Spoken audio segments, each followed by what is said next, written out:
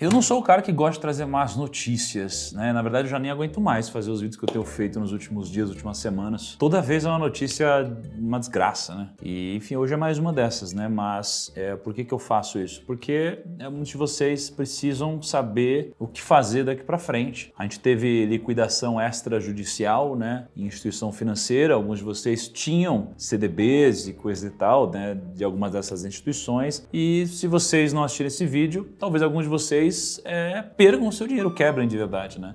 A boa notícia é que isso não precisa acontecer por causa do FGC. Eu vou explicar no vídeo de hoje, tá bom? Se você não tem nenhuma dessas instituições que eu vou falar, assiste mesmo assim, porque, cara, assim, isso daqui vai te prevenir de não passar por esse problema aqui. Eu já passei, e que eu conheço um monte de gente que já passou, e você pode não passar. Então assiste até o final. Peço desculpas por ser esse mensageiro de más notícias, mas prometo tentar fazer isso com muita empolgação e trazer algumas boas notícias aqui pra você olhar pro copo meio cheio dessa história. Bom, a gente viu tudo o que aconteceu com Americanas, a gente viu consequências no mercado imobiliário, fundos imobiliários que tinham, de alguma forma, como inquilino lojas americanas, e aí param de receber, né? Começa a bater um desespero. A gente viu o mercado de debêntures sofrendo, e agora chegou a hora do CDB. E eu digo isso porque acabou de sair uma notícia, na verdade duas, ao mesmo tempo. Primeiro é BRK Financeira e depois Portocred, né? Então às vezes você entra na sua corretora e você compra algum CDB, algum título, e aí você geralmente tem um emissor, né? E muitas vezes um dos emissores que pagava as maiores taxas eram desses bancos. Talvez você tenha grana aí. Pelo que eu puxei aqui, deve ter mais ou menos 60 mil credores, ou seja, 60 mil investidores de alguma forma, né? Que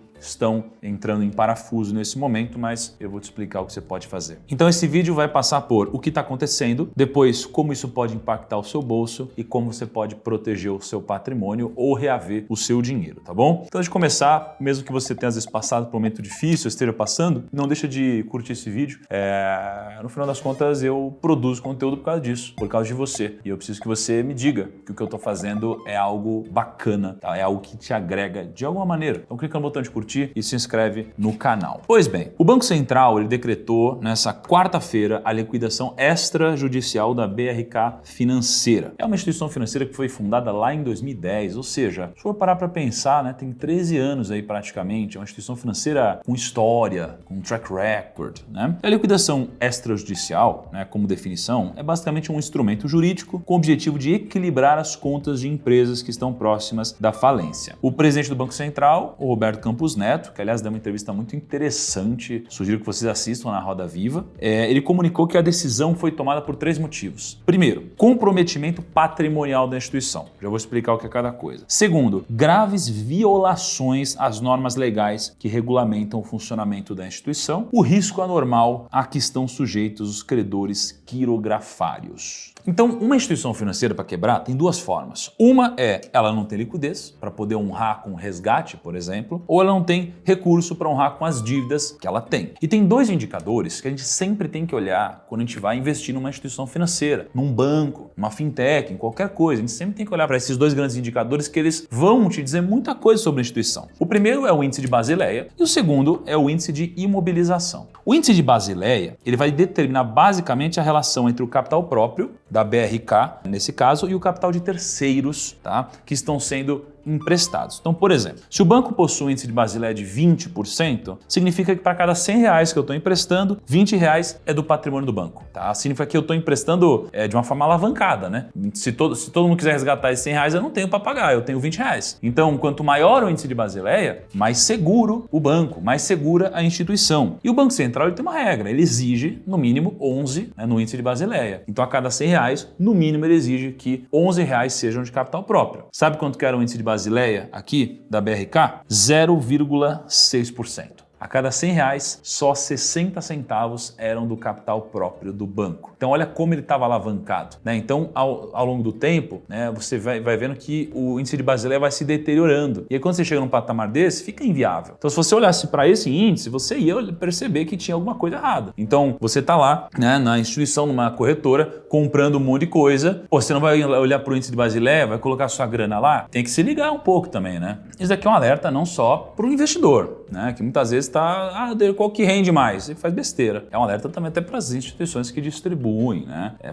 Talvez tenha um pouco mais de zelo em alguns momentos, né? A outra coisa é o índice de imobilização. Tá? O índice de imobilização diz o seguinte, que quanto mais reduzido for o índice de imobilização, mais ágil vai ser o banco em relação a usar o seu patrimônio para honrar seus compromissos. Por exemplo, se o banco possui um índice de imobilização de 30%, significa que a cada R$100 no seu patrimônio, R$30 eles são investidos em bens que não possuem liquidez imediata, ou seja, imóveis, veículos, materiais. O que isso daqui significa? Significa o seguinte, bom, por um lado eu tenho bens, por outro lado, se eles estão imobilizados, eu tenho pouca liquidez, então eu posso precisar honrar um pagamento e aí eu ter que abrir mão disso a um preço muito baixo, e aí eu posso aqui perder uma grana, ou eu posso conseguir não honrar mesmo tendo patrimônio. O índice máximo tolerado pelo Banco Central é de 50%. E o índice de imobilização aqui no BRK estava 71,6%, ou seja, estava muito acima do permitido. Então era muito difícil criar liquidez rápido para honrar os compromissos. E além disso, se a gente for olhar para os últimos 4 resultados financeiros da BRK, a gente tem quase R$71 milhões de prejuízo. Não é fácil você manter a empresa com um prejuízo consistente. 2019 ficou ali no 0 a 0, 2 milhões de lucro. 2020, menos 48, então prejuízo de quase 50 milhões. 2021, prejuízo de quase 35 milhões. E 2022,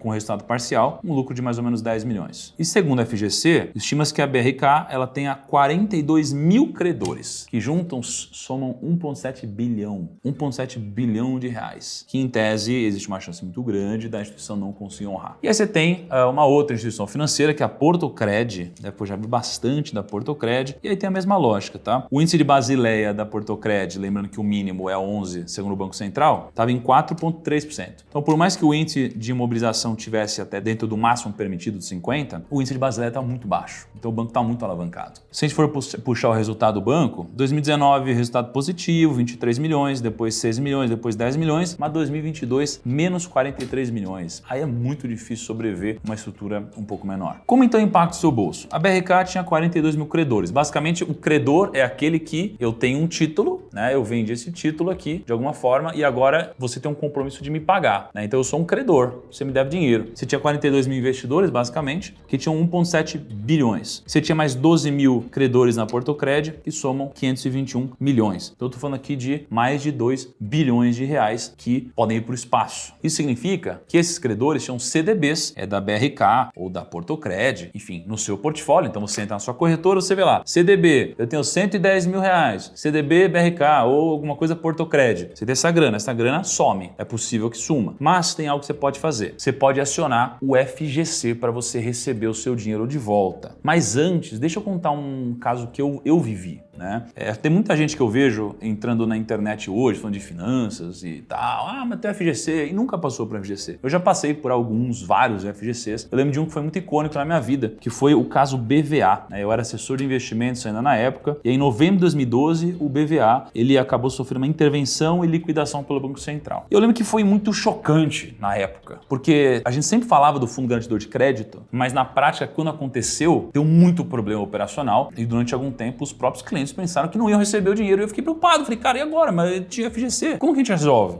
E aí o FGC ele publicou um edital, um documento, para explicar a forma de pagamento aos credores. Qual que é o problema? O problema é que os editais foram publicados explicando essa solução só em abril de 2013. Então imagina, a liquidação aconteceu em 2012 e só saiu o edital em 2013, quase 6 meses depois da intervenção. Então imagina, na época, eu tendo que lidar com esses investidores sem saber o que dizer, acreditando, no sistema financeiro brasileiro, mas passando 6 meses numa ansiedade tremenda. E isso daqui me ensinou muito. Uma das coisas que isso me ensinou é que não dá para saber o prazo em que o FGC vai pagar a garantia ao credor e, segundo o próprio FGC, o prazo depende de informações que são passadas pelo liquidante e é sempre caso a caso. Qual que é o problema? O problema é que no momento da liquidação, o seu título para de render, então você fica, no caso do BVA, 6 meses sem rendimento. Pelo menos você recebe, mas você fica sem rendimento. Então será que vale a pena correr esse risco a mais? Detalhe, em 2012, o FGC não cobria 250 mil igual cobre hoje. Ele cobria só 70 mil. Eu lembro que era um operacional desgraçado. A gente precisava 70 mil no CDB, no outro. E na verdade era menos que 70 mil, porque se eu coloco 70 mil e ele vira 90 e acontece algum problema, a gente perde o rendimento. Então a lógica era a gente fazer uma conta para que no vencimento o título chegasse a no máximo 70 mil, para que o cliente tivesse sempre 100% seguro. Aí a gente fala de FGC. Como que é formado FGC para começar? Todos os bancos são obrigados a participar da FGC, é uma segurança, né, ao sistema financeiro. Essas instituições financeiras que participam do sistema, elas vão transferir todos os meses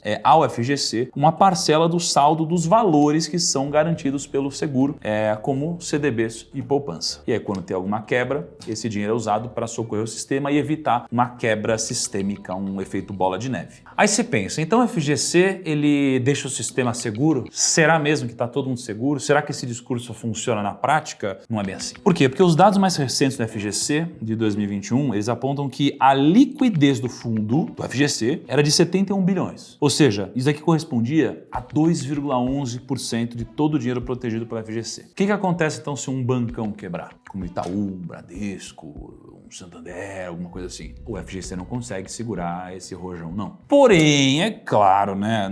A ideia não é também ser apocalíptico. Por quê? Porque tem que acreditar que é muito difícil, né, para não dizer impossível, um banco como o Itaú, o Bradesco, sumir. Mesmo que o Bradesco tenha tido um resultado como que ele teve recentemente por causa de lojas americanas. Agora, o que geralmente acontece, né, quando um banco gigante passa por um problema? Os Estados Unidos passou por isso algumas vezes. E aí você vê que os grandes bancos muitas vezes foram socorridos pelo governo, porque o governo chegou à conclusão que se ele deixasse esse banco quebrar, por mais que o banco tivesse feito cagada, ia rolar um colapso no mercado. Imagina se quebra um grande banco no Brasil? Colapso. Por outro lado, a gente já viu instituições como um Lehman Brothers quebrando e não sendo socorrido. Então, tudo é muito caso a caso. Então, isso daqui tira um pouco o nosso sono, ou pelo menos nos obriga a tomar soluções criativas como a diversificação e o rebalanceamento, que sempre vão nos proteger muito mais do que qualquer FGC. Eu decidi puxar alguns momentos onde o FGC foi acionado. Veja que na última vez que ele foi acionado, foi aqui na CHB, demorou 34 dias para pagar. Na da Casa Financeira, caraca, nem lembrava da Casa, 40 dias. A Domus Companhia Hipotecária, 15 dias. Banco Neon, 14 dias. Banco Azteca, 1 mês e 17 dias. Banco BRJ, 27 dias. Banco Rural, 3 meses. Banco BVA, 4 meses. Banco Prosper, 5 meses. Vê que tem casos desde 1997. Tem casos muito famosos que aconteceram ao longo do tempo, né? Quem é das antigas sabe, quem está no mercado financeiro há mais tempo sabe. Você teve o caso do Banco Bamerindos, né? O processo da liquidação demorou 15 anos para acontecer. A instituição era muito popular, foi um processo que mais envolveu beneficiários na história do fundo. Você tem o Banco Neon também, né? Uma fintech super famosa que aconteceu recentemente e hoje está vivo, né? Depois fez uma parceria com o Banco Votorantim. Você tem o Banco Pan-Americano, né? Isso daqui foi também, cara, eu lembro que teve muito ruído, porque um pouco antes da mudança do Banco Pan-Americano, que mudou o nome para o Banco Pan,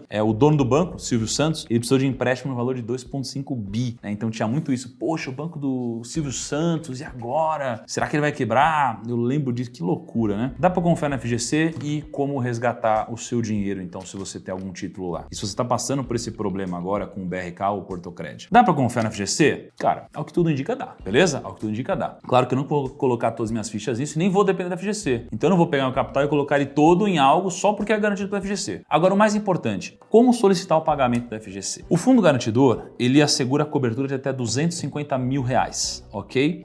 Até um limite de 1 milhão por CPF. Então, por exemplo, você pode ter 200 mil reais numa instituição, 200 mil reais em outra instituição, em outra. Você pode ter 1 milhão assegurado, tá? Se quebrar mais do que isso ao mesmo tempo, aí você não consegue receber, tá bom? Você tem esse limite. Primeiro, você vai instalar o aplicativo do FGC. Você vai lá na lojinha, Apple, Google, vai baixar o aplicativo do FGC. Tá vendo na tela? Baixou. Aí você vai fazer o quê? Vai fazer um cadastro, né, para você ter acesso ao valor aplicado. Terceiro, você vai lá na tela inicial, já tem um link que detalha as regras e as condições para você receber um reembolso referente à BRK financeira. E aí, depois de fazer todo esse procedimento, é só você esperar alguns dias e o valor vai ser depositado na sua conta corrente. Eu já vi isso acontecendo algumas vezes, acredito que isso aqui vai acontecer normalmente, igual sempre aconteceu aqui no Brasil, então não precisa se preocupar se você tinha até o limite de 250 mil e você era um investidor pessoa física, tá bom? Agora, quantos dias vão demorar? Não dá para saber. Os últimos casos eu já falei para vocês, demorou 34 dias, 40 dias, às vezes pode demorar muito menos também. Só que eu quero trazer uma reflexão para vocês que eu vi no Instagram do Gui Cadonhoto, tá? Imagina que você tem o João e a Maria. O João e a Maria tem 10 mil reais na mão e eles têm duas opções de investimento em renda fixa. Primeiro, um CDB pré-fixado da BRK, pagando 14,5% ao ano. E o outro, um título público pré-fixado, pagando 13,5% ao ano. O João, ele é mais arrojado, então ele vai investir no CDB da BRK, porque pagava mais grana. Só que tinha FGC. Aí você vai pegar a Maria, que é mais conservadora, ela vai botar num título pré-fixado. Paga um pouquinho menos, mas o risco aqui é o risco soberano, é o risco do tesouro, inquebrável. E ambos os títulos venceriam em 3 anos. Aí, no ano 0, ambos têm 10 mil reais. No ano 1, né, o CDB rendeu um pouco mais, 100 reais a mais. No 13º mês, quebrou a instituição e aí o João tá ferrado. Ele fica sem rendimento dali pra frente. Depois de 3 meses, então, acontece toda essa história. Quem tem mais dinheiro? A Maria. Não é muita diferença. Eles vão ter o mesmo patrimônio, basicamente, com a diferença de que a Maria talvez tenha uns 20 reais a mais se o João receber em um mês. Se não receber em um mês, demorar mais tempo, ele vai ficar muito mais para trás ainda. Só que qual que é a conclusão aqui? A Maria ganhou um pouquinho mais de dinheiro, só que nem se estressou. E esse teve o João, que se estressou pra caramba, teve que usar do tempo dele e, no final das contas, para ter o mesmo dinheiro. Então, o que a gente tira disso? Uma rentabilidade maior, ela sempre vai te ajudar. Mas a que preço? A que risco? Porque o prêmio que você tem que cobrar para correr um risco muito grande tem que ser muito alto. Você vai pegar e investir em algo com índice de Basileia é tão baixo assim, cara, por um prêmio de 1% no ano, pô, uma taxa de 13,5% para 14,5%, caraca, não é isso que vai te enriquecer, tá? Eu sempre falo que vai te enriquecer, não é isso. E aí eu vi no Instagram do Richard, meu amigo, tá? Uma coisa que eu quero compartilhar com vocês. O mercado de emissão de crédito, o que é emissão de crédito? É quando vem aqui uma instituição que quer captar dinheiro, ela emite um título, ela vende esse título e capta grana para investir nos projetos dela. Então, quanto mais empresa emitindo título de crédito, mais dinheiro elas estão captando e mais o mercado financeiro está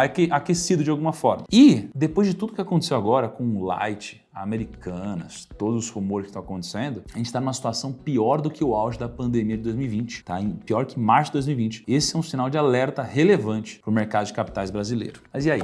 O que você está sentindo da situação do Brasil? Uma coisa que eu queria te dizer é, existe a realidade dos fatos e existe o otimismo ou pessimismo que você vai utilizar para enfrentá-los, tá? Ser pessimista nunca vai te ajudar, ok? Ser realista pode te ajudar, mas ser pessimista nunca vai te ajudar. Não nessa situação. Por quê? A realidade é o que a gente está passando, é isso mesmo. Mas não vai ficar paralisado frente a isso. Faz alguma coisa, tira a bunda da cadeira, vai estudar, vai trabalhar mais. Esse é o momento de você plantar, não pode parar não. Não fique em casa fechado não. Não se isola. Trabalha, produz e vamos para cima. Vai ser difícil, dói, mas não desiste não. Tamo junto nessa. Grande abraço, até o próximo vídeo e tchau.